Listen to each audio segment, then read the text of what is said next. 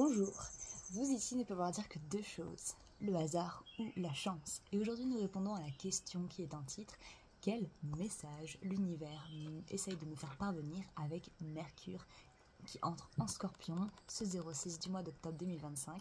Quelle vérité suis-je prêt à enfin révéler, dire? Peut-être que c'est une épiphanie qui n'est que pour vous et votre propre transformation, ou alors c'est peut-être une vérité que vous êtes prêt à partager avec le monde, votre famille, vos amis, vos proches, votre partenaire, vos partenaires en business peut-être, peut-être même votre boss. En tout cas, peu importe quel est ce message, nous allons utiliser nos deux decks habituels pour essayer de comprendre quel est ce message.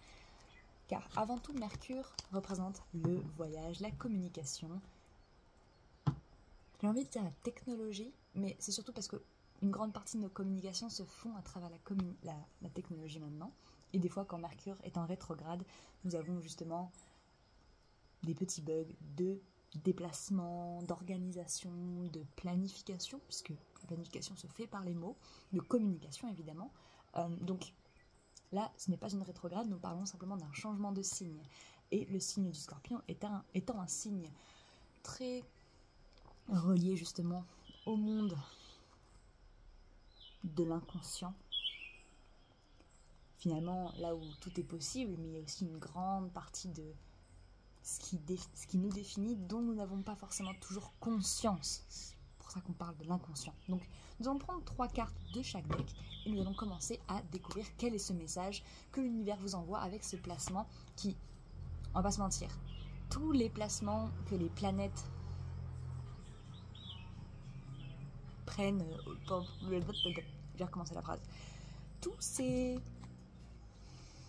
événements astronomiques et ces changements astrologiques sont déjà prévus depuis des années et des années et des années. Nous savons jusqu'à peut-être même avant que, jusqu'à ce que après que l'humanité ne soit plus sur la surface de la Terre, nous savons déjà que les éclipses auront encore lieu, ou alors si jamais là où je veux en venir, c'est que les éclipses par exemple et les changements de signes des planètes, c'est, on va dire, c'est comme une horloge, vous voyez. Que nous soyons là ou pas, ça ne change rien. C'est-à-dire qu'eux, ils continuent leur bail. Ils continuent de tourner. La Terre, elle continue de tourner. Le Soleil, il reste où il est. Enfin, vous voyez l'idée. Donc, que nous, en tant qu'humains, ayons la chance de vivre ces événements, ces confirmations, ces les 15 heures, il me semble, ces changements, eh bien, prenons-les comme des invitations, des symboles. Vous n'êtes pas obligé évidemment, mais si vous avez cliqué sur cette vidéo, c'est que l'un des messages est pour vous. Commençons. 3 cartes s'il vous plaît pour Mercure en Scorpion. Donc on parle d'expression de soi. Donc chakra de la gorge, couleur bleue, rapport également à ce que vous consommez, l'esprit, votre esprit, enfin, on veut dire ce que vous consommez en observant et en ingérant. Qu'y a-t-il d'autre? Votre rapport à votre vérité, justement. Ok, donc dans l'ordre, nous avons la carte du chemin, littéralement le point central entre le passé et le futur, c'est-à-dire l'instant présent, aujourd'hui et maintenant, la fleur fanée et le cœur. Ces 3 cartes m'évoquent déjà un choix à faire. Peut-être que cet événement va vous pousser justement à vous révéler des vérités peut-être inconfortables au début, qui va peut-être imposer à certaines choses qui faisaient partie de votre vie de ne plus faire partie de votre vie. C'est-à-dire que vous allez devoir faire un choix entre le passé et le futur. Plus précisément le passé et le futur, le passé et le présent, et en faisant justement le choix judicieux dans votre instant présent, c'est-à-dire celui de laisser ce qui n'est plus partir ou simplement se désintégrer naturellement, comme ce qui va se passer finalement avec notre merveilleuse entrée en automne. Les plantes ont leur propre cycle de vie et les événements, nos connexions et nos missions, nos micro-missions, nos side-quests dans la vie également. Tant que vous allez justement, pendant cette période de changement ou de réalignement avec votre propre vérité, tant que vous nourrissez justement cette énergie depuis votre cœur, c'est-à-dire que n'importe quel changement que vous avez envie de voir apparaître, même de provoquer, doit être nourri par les désirs de votre cœur. Parce que le scorpion représente également l'espace inconscient de vos propres désirs. Parce que des fois, il y a des choses que nous désirons, mais notre mental va essayer de mettre des images très précises sur ce que c'est, alors que finalement, ce que nous désirons, c'est pas tant la forme, mais c'est le fond. Et là, c'est ce que Mercure en scorpion, je pense, nous invite à faire. C'est avant tout de rester dans cette honnêteté sacrée de l'ombre. C'est-à-dire que ce qui est inconscient va pas... Justement, il est protégé par cet écran de fumée qui empêche le mental de déformer nos désirs profonds avec une forme superficielle. Oh La vidéo check-up énergétique était beaucoup moins fluide en termes d'expression.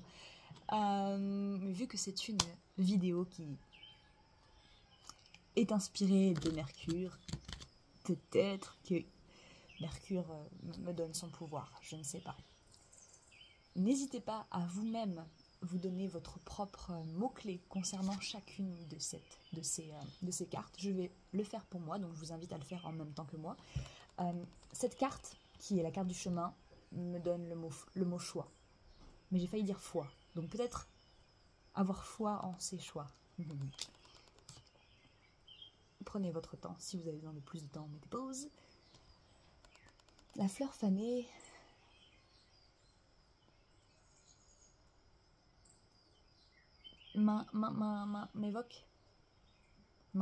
invoquer. Une fin naturelle et organique. Et le cœur vraiment m'évoque désir, battement. Vous voyez, quand votre cœur bat pour quelque chose, c'est que c'est viscéral, c'est que c'est honnête. Ah, et accidentellement, je les ai changées de place. Celle-ci est devenue la première, celle-ci la deuxième et celle-ci la troisième. Peut-être symbolique pour quelqu'un ou peut-être pour moi. J'essaye de pas trop lire les cartes à travers ma propre situation, ma perspective forcément, mais pas. J'essaie de sortir de mon contexte pour partager le tirage collectivement. Mais c'est vrai que des fois, j'utilise mon contexte pour donner des exemples et ça peut justement apporter une mention que l'un d'entre vous peut attraper et ça résonne avec son propre contexte. Je vais boire une gorgée de mon café, excusez-moi. Oh, j'ai mis le deck avec le cœur sur le cœur. C'est la carte de la direction. Le dioptase. C'est une très jolie pierre. J'aimerais beaucoup la voir. La voir. Pas la voir.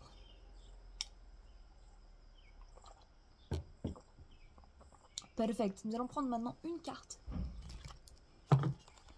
pour chacune de ces cartes. Ou alors, non, je ne vais pas associer les deux cartes. Je vais juste les faire séparément. S'il vous plaît. Carte d'indication pour le message que Mercure essaye de nous transmettre. Oh, god damn, vous n'allez pas me croire. Déjà, on dirait littéralement que cette carte, vous voyez le côté argenté de cette pierre, là, l'hématite, elle est argentée. Et ça me fait beaucoup penser justement à quoi ressemble Mercure. Mercure est très claire, très grise, mais ça donne ce côté un petit peu argenté. Et en plus, cette carte représente la force mentale, littéralement le rapport à la réflexion, à vos pensées et également à la structure qui se trouve dans votre mental. Parce que cette force mentale, elle ne dépend que de votre rapport à votre monde intérieur, en tout cas le monde des pensées, pas le monde des émotions ici. Bien que pour une bonne gestion des émotions, je suppose qu'il faut avoir un mental organisées pour pas les gérer, mais en tout cas leur donner de la place. Et pas les compartimentaliser, mais justement leur donner une dimension un peu organique. Ça me fait penser à des roses. C'est-à-dire que, d'ailleurs, la fleur fanée, et peut-être que ça me fait penser parce que c'était à côté, mais vous voyez, une émotion, c'est pas fait pour être mis dans une boîte dans votre mental. C'est une sorte de graine qui veut s'exprimer, qui a un opinion, entre guillemets. Je dis pas que vos émotions ont toutes des opinions, mais en tout cas, elles expriment quelque chose qui est réel. On parlait de quelque chose de sincère, quelque chose qui est viscéral, quelque chose qui... Vos émotions, elles sont pas en train d'essayer de vous mentir, elles sont en train de vous montrer quelque chose sur vous-même. Par exemple, la colère ou la peur ne sont pas des émotions à réprimer juste parce qu'elles sont douloureuses ou négatives entre guillemets. Mais justement, par exemple, la peur, des fois peut être confondue, pas tout le temps, mais imaginons que vous avez peur de commencer quelque chose qui vous tient à cœur. Cette peur-là peut être en fait de l'excitation cachée par ce que vous avez toujours cru qui était possible pour vous ou non. C'est-à-dire que si vous vous sentez pas capable de faire quelque chose, vous allez peut-être avoir une peur qui va vous protéger et vous empêcher d'essayer et d'échouer. Alors que, et ça c'est votre cerveau d'ailleurs, si votre cycle intérieur vous invite à avoir une idée, mais que cette idée directement vous fait peur, et du coup vous n'allez pas vers l'idée, vous laissez l'idée un petit peu être gaspillée. Alors je dis pas ça en mal, je dis juste ça que dans la manière où, quand on rentre justement dans un nouveau signe sur la planète de la communication, du mouvement, du voyage, c'est que justement vos idées sont des graines qui, si elles ont choisi d'apparaître en vous, c'est que vous avez déjà en vous une énergie qui est peut-être susceptible à justement réceptionner ces idées, et peut-être que vous avez tout ce qu'il vous faut pour mettre ces graines en terre et les prendre soin d'elles, leur donner de l'eau, blablabla, et créer une jolie petite famille d'idées de votre propre jardin. Et là où je fais juste un demi-tour sur la carte de la fleur fanée, alors ça c'est mon petit côté personnel, mon petit bout d'histoire, quand je trouve une fleur arrachée par terre ou une fleur morte, peu importe, là je vais reprendre l'histoire de la fleur. Excuse-moi, faut que je respire parce que... Respire, Zoé, respire.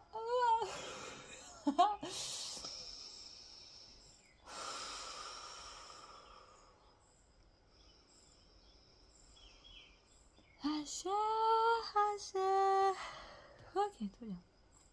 Eh bien, au lieu de laisser la fleur périr et terminer son cycle toute seule, inutile, j'aime bien les prendre, les mettre sur un caillou, les mettre à côté, peut-être même de... j'ai des abeilles qui viennent des fois sur ma terrasse pour mourir. Je les mets tout ensemble et je crée un altar pour honorer la nature. Donc peut-être que les choses qui doivent partir et ne plus faire partie peut-être de votre mental ou de votre vie peuvent être honorées justement comme vous pouvez honorer les idées qui viennent à vous, même si vous avez un petit peu de réticence à directement sauter dans le vide et essayer, parce que des fois il faut un certain temps entre ce que vous laissez partir et ce que vous êtes prêt à accueillir. Vous voyez l'idée. Continuons. Et ensuite je vais aussi regarder s'il y a un message supplémentaire de la part de la force mentale dans le petit carnet. Une autre carte s'il vous plaît pour le message de la part de Mercure en Scorpion. Alors, il y a trop de cartes qui sont tombées, donc je vais les ranger. Je vais demander une carte à la fois, ce sera plus simple. Une carte à la fois, s'il vous plaît.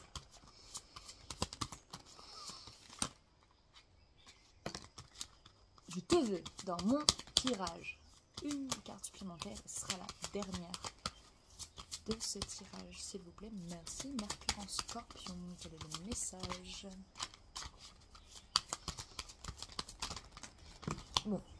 Finalement, 4 cartes voulaient absolument tomber.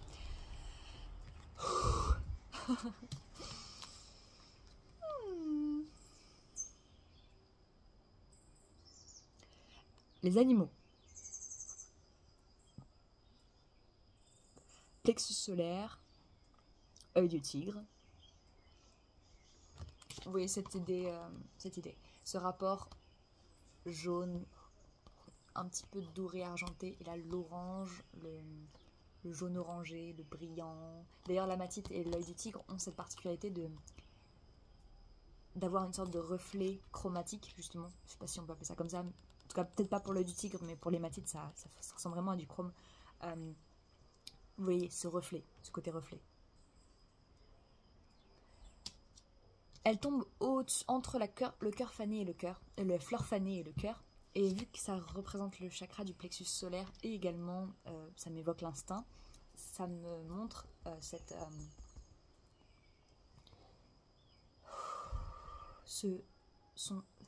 son rapport justement à votre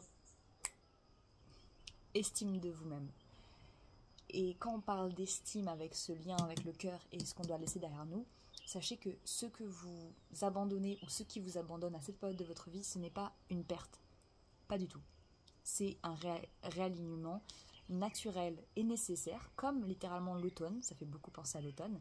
Vous nettoyez, vous faites de la place. Regardez, la nature, elle n'a absolument rien de cruel pour faire ce qui est dans son pouvoir pour survivre et pour rester en vie. Ce n'est pas de la cruauté, c'est littéralement le cycle des choses. C'est aussi pour ça que ce n'est pas cruel qu'une fleur a un temps de vie ou que les papillons soient éphémères, c'est vraiment juste le cycle de la vie. Et nous-mêmes, dans nos croyances, dans nos réflexes, dans nos habitudes, il y a des cycles à respecter. Et c'est pour ça d'ailleurs que ces tirages me font tellement plaisir, ils m'ont aidé à réaliser que ces cycles sont omniprésents et c'est aussi ce que l'astrologie m'a permis de voir. Entre le cœur et le chemin, nous avons libération et désencombrement lié au chakra du cœur, donc c'est tout à fait, ça colle, parce que du coup, entre le cœur et le chemin, la libération, désencombrement, c'est le passé qui pointe cette carte. Et donc si la carte du chemin, le passé pointe cette carte, c'est que littéralement, le passé a besoin d'être libéré de votre corps, de votre mental, de votre cœur et de votre système, de toutes vos cellules, dans ce que vous consommez aussi. Peut-être que la prochaine fois que vous pouvez boire une gorgée d'eau, de bouchée de nourriture, essayez,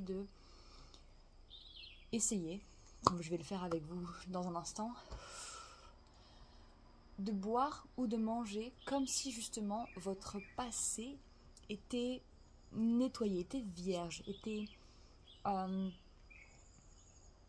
n'était plus quelque chose qui vous définit dans une boîte en mode voici ce que tu es parce que voici ce que tu as fait ou ce que tu as vécu. Non, c'est là une invitation à la renaissance, au renouvellement. Parce que du coup, évidemment, ceci, c'est pas forcément quelque chose que vous allez faire avec une décision. Vous pouvez prendre la décision de vous libérer et ensuite, chacune de vos actions peut vous mener vers cette libération. Par exemple, je vais décider actuellement de reprendre mon souffle une nouvelle fois et d'utiliser cet exemple comme une opportunité pour boire cette gorgée d'eau en choisissant justement la pleine présence. Et on va en profiter que la voiture passe pour synchroniser cet événement. Let's go!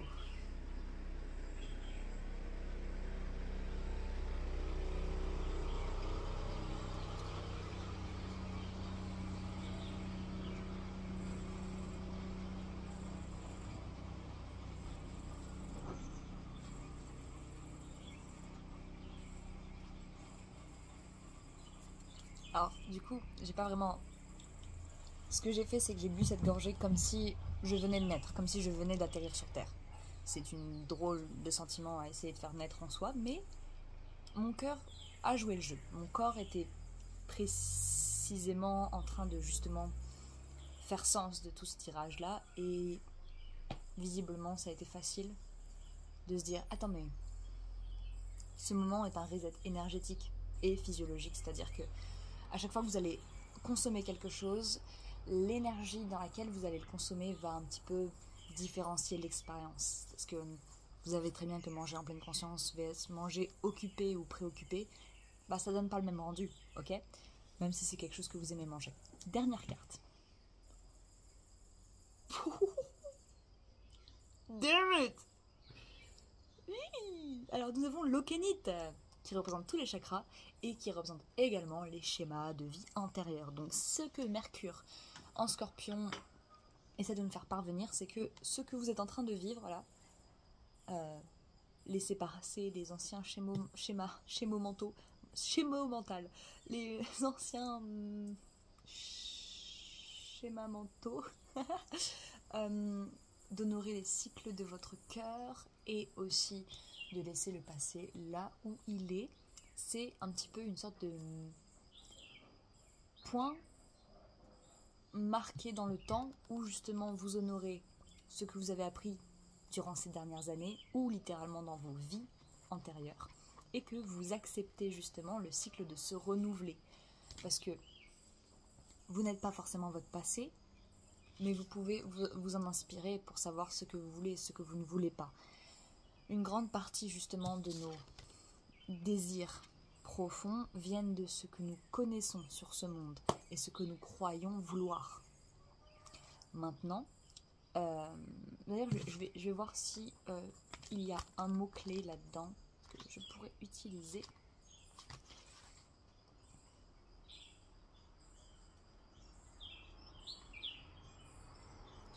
Ok, donc il est dorénavant temps de vous libérer de ces blessures et d'écarter les obstacles. Vous n'avez pas à supporter le fardeau d'événements passés ou à être prisonnier de ces derniers. Je vais vous lire l'affirmation qui est en dessous. C'est une affirmation pour vous affranchir de vos dettes karmiques. Dorénavant, je suis libre. Tout ce qui m'est inutile, me retient, me blesse, est désormais libéré.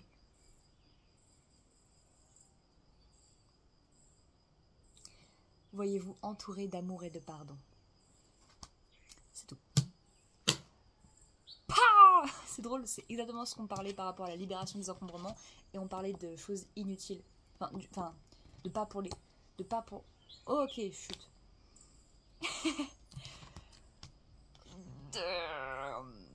Alors, j'adore ce tirage, il est trop joli, trop classe.